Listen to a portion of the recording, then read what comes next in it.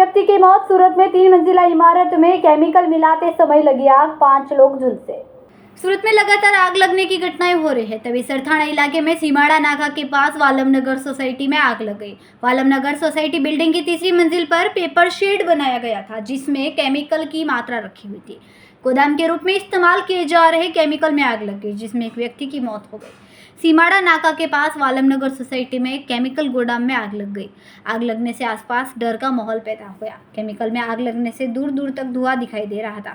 स्थानीय लोगों ने फायर ब्रिगेड को सूचना दी और काफिला मौके पर पहुंच गया, जिन्होंने पानी फेंककर आग पर काबू पाया। संवाददाता अश्वनाथ शिरसाट, BHP न्यूज, सूरत।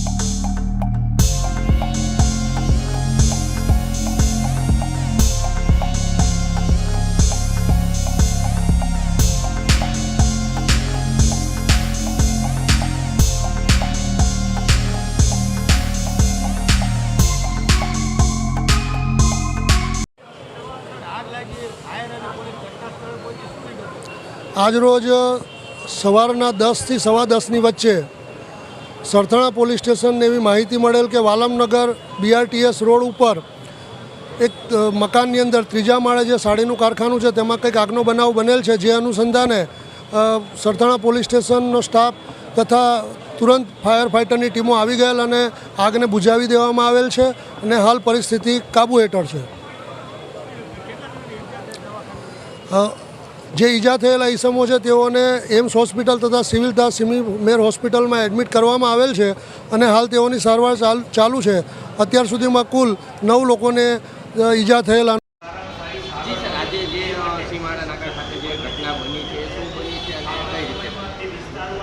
વાલમનગરની અંદર ગૃહ ઉદ્યોગ તરીકે જે સાડીના રેણ વગેરેની કામગીરી આખા વિસ્તારમાં ઘરઘરાવ અને દુકાનમાં કે માળ ઉપર કામગીરી અનેક લોકો કરી રહ્યા છે।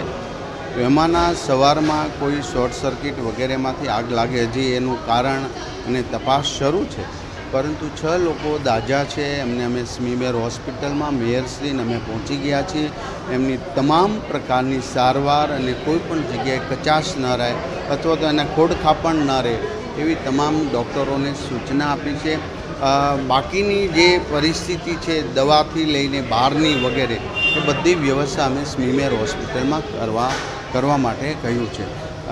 જ્યારે ફાયર બ્રિગેડ અને પોલીસ અન્ય તપાસ આગળ કરી રહી છે, જે કાયદેસરની કાર્યવાહી